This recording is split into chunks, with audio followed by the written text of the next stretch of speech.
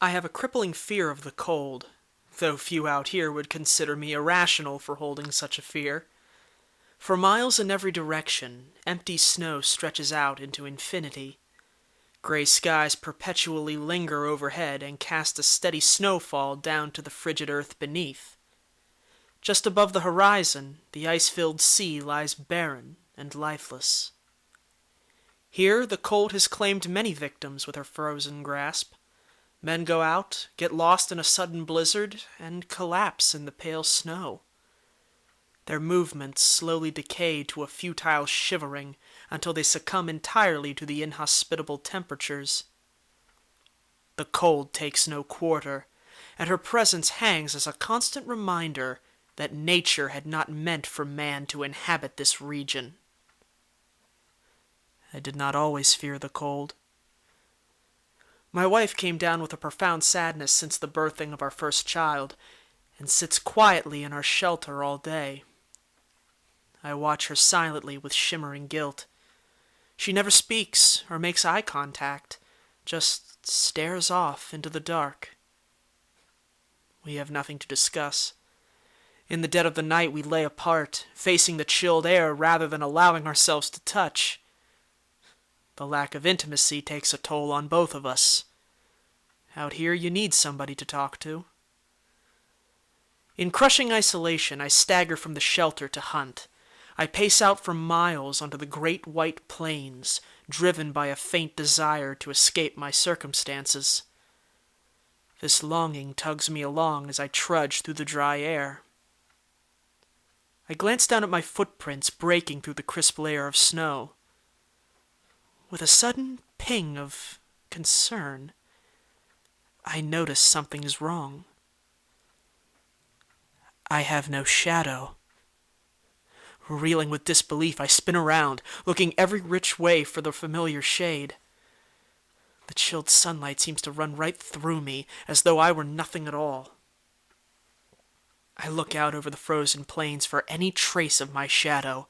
Snow blindness stings in my eyes until I shut them in defeat. As a bitter wind cuts across the few patches of exposed skin on my face, I feel the cold creeping up behind me.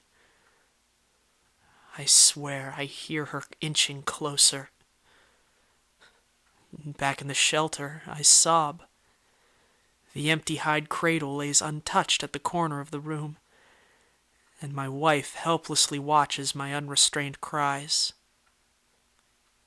I fear the cold. Days later, I follow a set of caribou tracks. At my feet, my eyes observe still the distinct lack of a shadow. I have not seen a glimpse of it since it vanished. With a shake of my head, I try to keep my mind focused on the hunt. The tracks lead up a sharp incline, and I concentrate to keep my feet from sliding back down the slope. At the top of the hill, I notice a distant silhouette, watching. As I keep moving after the caribou, the shape stays in slow pursuit, following my tracks. I look at the thing with dread, realizing that I have at last found my shadow. Almost a week has passed since then, and my shadow still follows my every move, always just a few paces behind. I lay awake at night watching the entrance to the shelter, dreading the day that it will crawl through the opening. In the night, my eyes strain to make out any details of the darkness. Before me, I can feel my wife breathing deeply. I consider moving closer to conserve heat, but I dread any contact with her, as though the shadow might follow her too. When the morning comes at last, I walk aimlessly from the shelter out into the snow. My wife watches with detached interest. I need to go where the fear began. As a fresh layer of snow tumbles down from the sky, I wander out, a clear destination scarred into my mind. The familiar shadow slithers up behind me, moving where I had just tread moments before. Looking back, it shrinks down under the sunlight, practically invisible against the white plane of the earth. Picturing my target location in mind, I follow the frozen creek past crumbling structures of stones.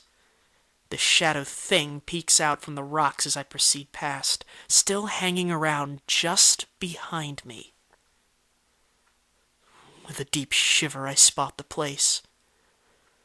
A simple stone marks the ground, driven down through the snow by myself to leave some trace of what occurred there.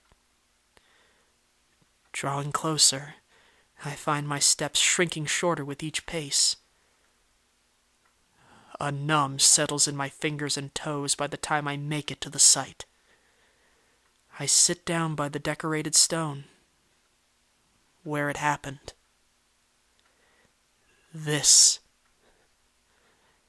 is where I killed our daughter.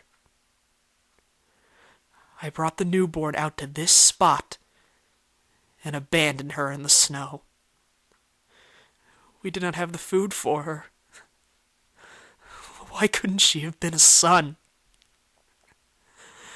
As I sit down in the snow, the thing waits patiently just behind me. At last I turn to look into her face, my eyes wearily gazing over her frost-bitten features.